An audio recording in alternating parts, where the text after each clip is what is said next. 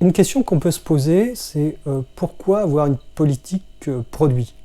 C'est vrai, on nous parle tout le temps de user-centric, de politique ou de process produit, mais pourquoi est-ce qu'une entreprise devrait faire du process produit? Pendant des années, il n'y a encore pas si longtemps, dans plein d'entreprises, on faisait du projet et ça fonctionnait bien. Alors, est-ce que c'est un effet de mode ou pas? C'est la question qu'il faut se poser, c'est qu'est-ce qui a changé et qui fait que maintenant il vaut mieux faire du produit plutôt que du projet.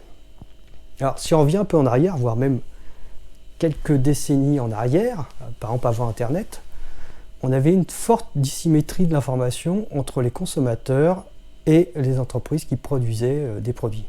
Pourquoi? Tout simplement, les sources d'information, c'était la presse écrite, la télé, la radio, et c'est tout.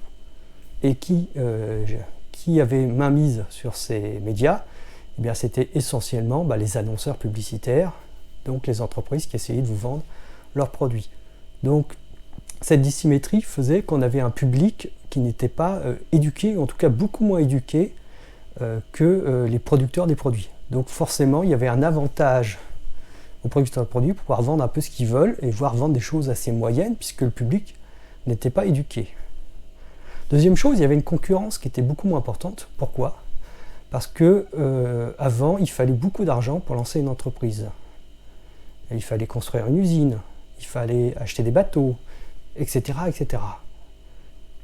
Donc ça limitait, ça avait tendance à créer des espèces de trusts où quelques acteurs s'entendaient autour d'une gamme de produits pas trop mauvaise. Enfin, c'était pas forcément des accords, parfois c'était tacite, mais il n'y avait pas besoin de faire plus puisqu'il n'y avait pas de nouveaux entrants qui étaient là pour secouer le marché. Regardez le marché des télécoms, quand Free est arrivé, il a tapé dans la fourmilière. Un peu. C'est ce qui s'est passé.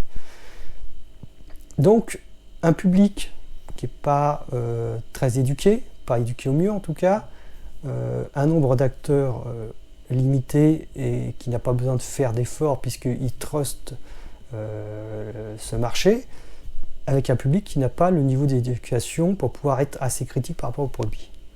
Maintenant, si on fait un bond dans le temps, maintenant il y a Internet. Qu'est-ce que ça donne Internet? Internet, ça donne accès à une culture extraordinaire, et ça dans tous les domaines.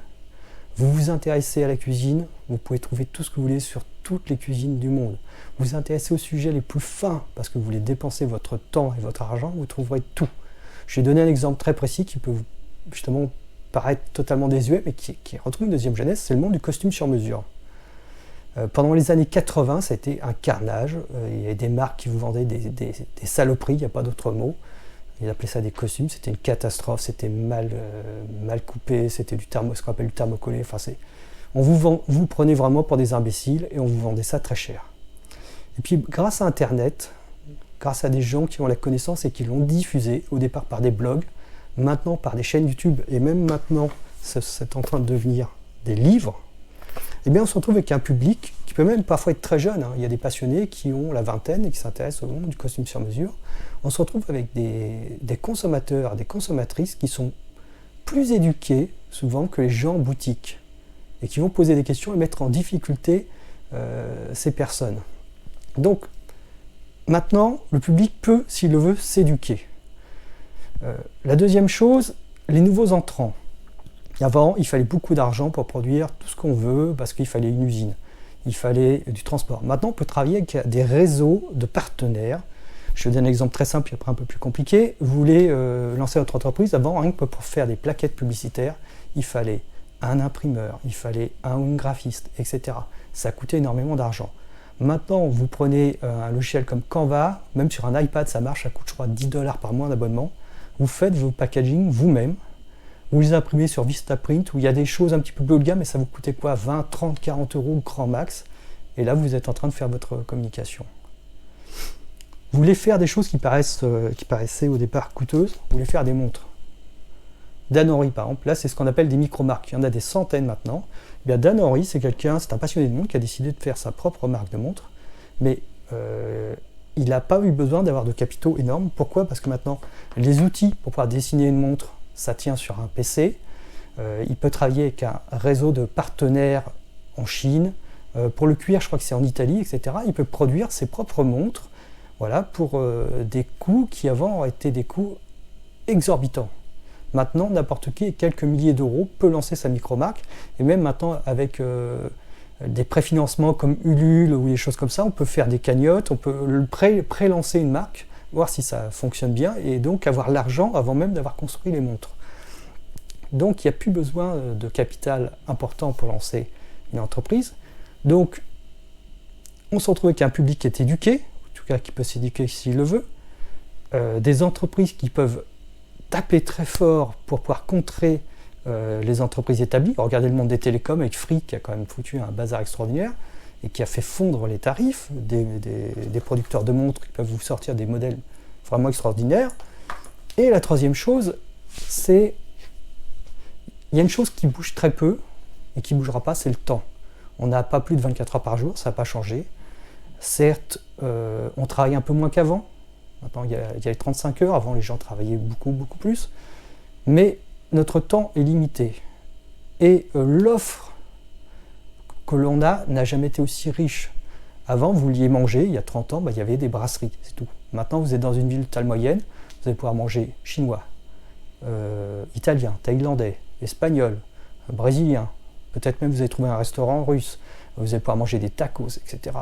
Avec des niveaux de qualité, parfois du très mauvais à l'excellent, dans toutes ces gammes. Donc vous avez une richesse extraordinaire sur la cuisine. Mais si vous regardez en termes de temps, si vous posez la question de votre temps, vous pouvez l'investir dans des centaines d'activités, soit associatives, soit accès à des bibliothèques, soit prendre un club de sport, soit acheter une guitare et vous mettre à la guitare. Vous pouvez vous faire livrer, moi j'ai fait livrer une basse d'Allemagne, parce que je veux un modèle précis. Ça, un coup de carte bleue, 250 €, c'est fait. Donc il y a une richesse énorme, donc il n'y a pas que les articles directement concurrents, mais il y a toute cette offre extraordinaire, cette corne d'abondance qui arrive, qui fait que parmi cette masse, si vous voulez vraiment ne pas perdre des clients, si vous voulez vraiment être vu, il va falloir réussir, il va falloir être extraordinaire. Ça, je vous recommande la vache pourpre de Seth Godin, un des papes du marketing, justement, qui explique qu'il faut être extraordinaire ou rien, sinon vous allez mourir, malheureusement. Et le dernier point, peut-être, allons encore un peu plus loin, c'est la disruption. Ce sont des entreprises qui cassent le marché, qui se transforment et qui font mourir les autres. Parce qu'elles changent vraiment la donne. Prenez Netflix, vous connaissez sûrement tous et toutes Netflix, mais vous ne connaissez peut-être pas l'historique de Netflix, parce que historiquement, il y a encore 15 ans peut-être, Netflix à la base, aux États-Unis, c'était un système de location de DVD par la poste. Vous payez un abonnement, vous receviez des DVD par la poste, vous renvoyiez des DVD, etc. Donc c'était un géant de la logistique. Maintenant, c'est un géant de l'Internet. Le PDG de Netflix a expliqué dans une interview qu'à l'avenir, il pensait qu'il serait une société pharmaceutique. Pourquoi ? Parce qu'il veut aller encore plus loin, il veut créer des médicaments qui permettraient en les avalant de vivre carrément des films, de vivre des aventures. Donc cette entreprise, à chaque fois qu'elle mute, elle ringardise toute la concurrence. Donc ça, c'est le troisième aspect. Il faut savoir se réinventer, s'auto-suicider pour pouvoir aller à un autre état. Sinon, on devient totalement ringard parce que d'autres le feront à votre place. Donc pour toutes ces raisons, on ne peut plus se contenter de simplement de produire très correctement des produits assez moyens. Il va falloir... on a un public éduqué, on a de la concurrence sur la même gamme de produits que nous, et on a une offre produit, une offre d'investissement temps, argent, retour sur investissement qui est énorme. On peut faire tellement de choses maintenant que le seul moyen de vraiment réussir, c'est d'être exceptionnel, sinon on se fera écraser par les autres.